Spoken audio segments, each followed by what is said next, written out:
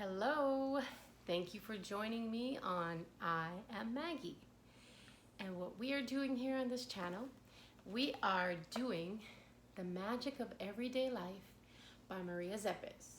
And we are doing this nice slow crawl on through the book to see what pearls, what tools, what things we might pick up that might help us on our journey, or if we are light workers, healers, helpers, maybe we might use some of these things to help others, because the whole goal is to be our best and to uplift all humanity.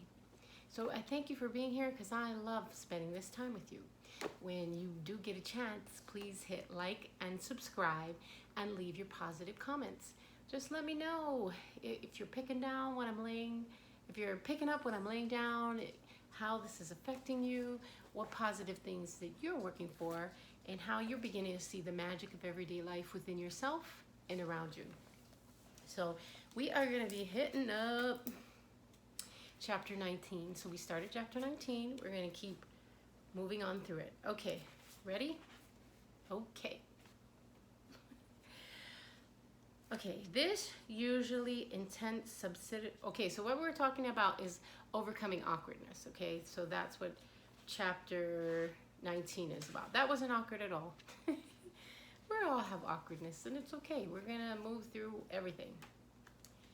So this usually intense subsidiary creation of an inferior order lies crosswise in every instant at the foot of an amazing hero who, through it, within it, and as a result of it, continue an imaginary life. They enact imaginative sins and heroic deeds according to the impulses of their pubescent glands. But this poor miserable creature in no man's land, no longer a child and not yet an adult, only suffers from moral nausea, neurasthenic rash, and guilt afterwards. So she is talking about when we're creating like a fantasy life instead of working through our awkwardness. So this is how the unique ego division of adolescence comes about.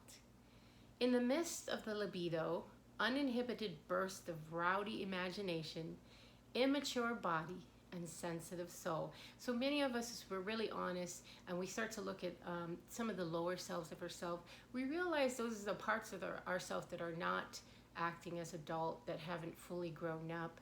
They can be various ages and have various types of actions, but if we continue to do the work will do us. And if our adult, we give ourselves permission to heal, and we allow the adult to come forward and help us deal with it, with these aspects of ourselves, the adult will. Okay, so here we go. And these three aspects, okay, so the three aspects are rowdy imagination, immature body, and sensitive soul. These three aspects split apart from one another, and they wreak havoc on the ego and usurp its strength, right? And if anybody remembers their adolescence, and if you're honest about the parts of you that are still splintered off and healing, yeah, there's rowdy imagination, there is immature body things, and there's the sensitive soul.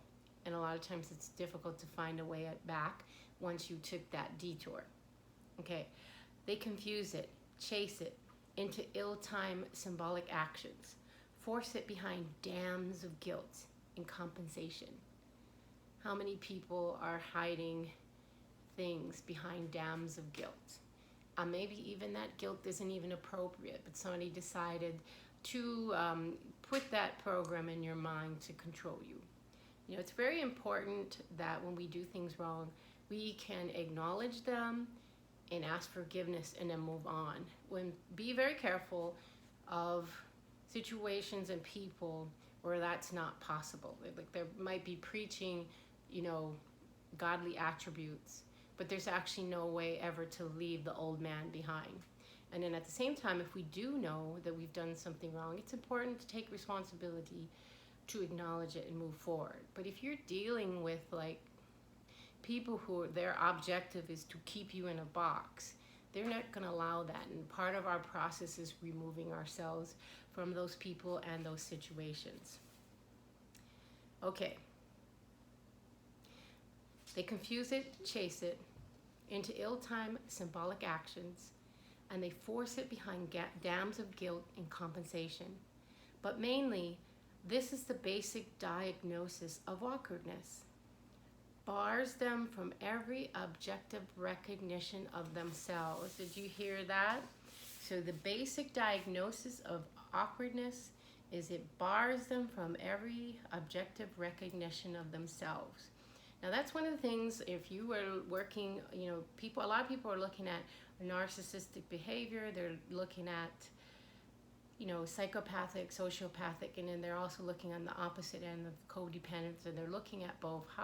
Where am I in the spectrum? Because here we like to talk about spectrums, because you're not just one thing on any given day, and you're not always going to need the same healing tools. And after you grab a tool and it comes into the light of day, so it's in the conscious, you're not going to have to keep trying so hard with your will. It's going to become part of you. But a lot of times with codependence, that's the exact thing. They have never been allowed to be themselves, so they don't even know who they are. So let's say, for instance, a person is in a situation where they are constantly told who they are isn't good enough, or how they are, or how they act, or their gifts are not valued. They're going to literally take their locum of control and put it outside and keep giving it to other people in an effort to try to survive life and keep themselves safe. Hell no, fuck that. I'm just saying, we gotta get you back into your body, and we have to remember, sin and all, as long as you're in your skin, you will sin. I may fail you, but God will never fail you. The universe will never fail you. So just do the work and it'll do you. But I'm just saying, you want to get into your body, and we need to work on that process of figuring out who we really are, the aspects of ourselves, because we all have good and bad. The aspects, let the good shine. Let your flags wave of your gifts and talents. But the lower nature parts of yourself, we have to draw them out into the light, and in a way that is caring, respectful, but also firm. And I recommend Richard Grannon's work, because he hits it head on. He doesn't play, but at the same time, if you listen to him, he is caring, but he's also like, get your shit done. But anyway, that awkwardness is going to suppress you from actually recognizing yourself. And the codependents, they actually a lot of times are not themselves because people told them they wasn't okay to be themselves, and sometimes things happen to them, so they really are popped out of their body, trying to stay safe, trying to let everybody dictate who they are. That's not us. We are move, shake, shake, and we're moving up, and we are settling for more. I got this t-shirt from Renee Garcia's Reality Transurfing, and I suggest that you settle for more because you're worth it. Okay, so we're going to keep going. If we descend to the deep layers of the concept of awkwardness, we can first and foremost bring some paradiptious insecurity, spiritual deformity to the surface. The essence of the deformity is defenseless dependency on everyone's opinion. That's what I was talking about earlier. The locus of control goes outside, and we're no longer in our bodies. We're letting other people dictate to us. Okay? So they become defenseless and dependent on everyone's opinion and on the manifestation of the world's millions of frightening reflections, and to which they're peer with panicky anxiety. And you know why? Because they're not in their body, they're not grounded, they're not their true self, and they're running on fear, guilt, shame, and most of it is stuff somebody else put upon them, and they're still running the programs. So you got to get you out of there. But wondering what it shows about themselves. So I'm going to read that again. The essence of this deformity is defenseless dependency on everyone's opinion and on the manifestation of the world's millions of frightening reflections, into which they peer with panicky anxiety, wondering what it shows about themselves. Okay? Because we live in the illusion that obtaining information about ourselves, getting our bearings, understanding the frightening, invisible mystery about our being is only possible through those mirrors. And all the answers are within us. Spend time alone, do the work, others are your mirror, the world's your mirror. It's a combination of things. Sometimes alone time, sometimes together time. But everything's going to help you. You do the work's going to do you, so just keep going. Since we have no idea who and what we truly are, we try to sense this out through other people's eyes, their opinions. If in the mirror of other beings and eyes something sparkling and grand appears about us, we are fabulous. If the picture darkens and assumes bleak, depressing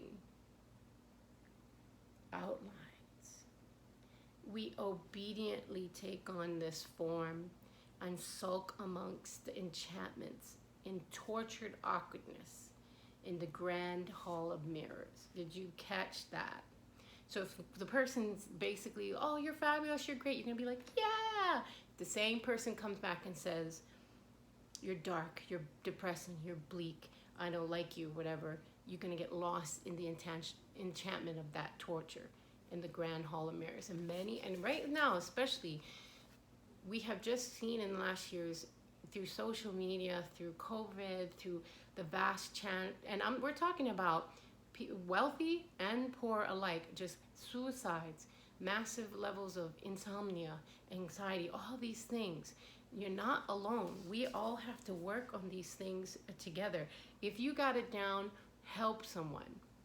Help someone to get themselves up, either direct or by living your life in a way that they know it's possible. You got to pick how you're going to serve. And I'm not saying you have to always be the one doing, because no one can do your work. You have to do your work yourself.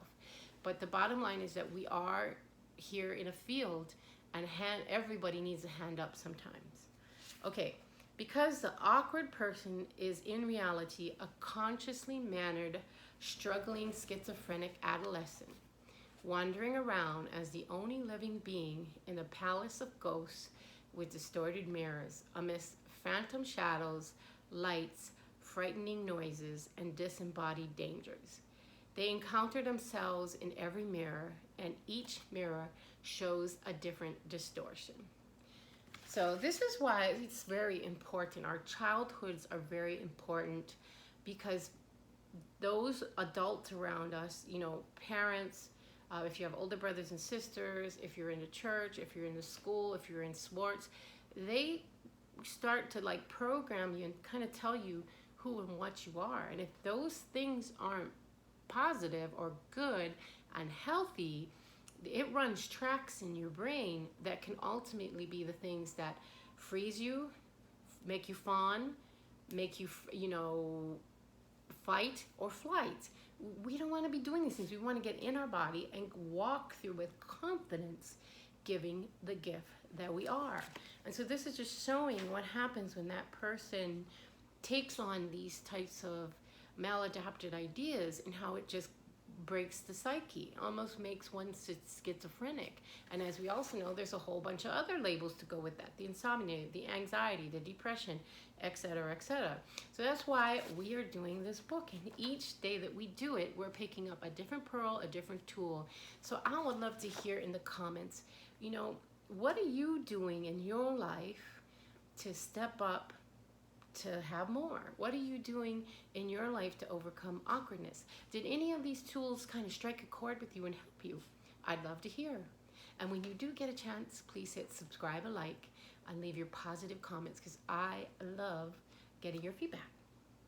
Well, I am hoping, so if any of you catch this reference, Neville Goddard, don't climb that ladder.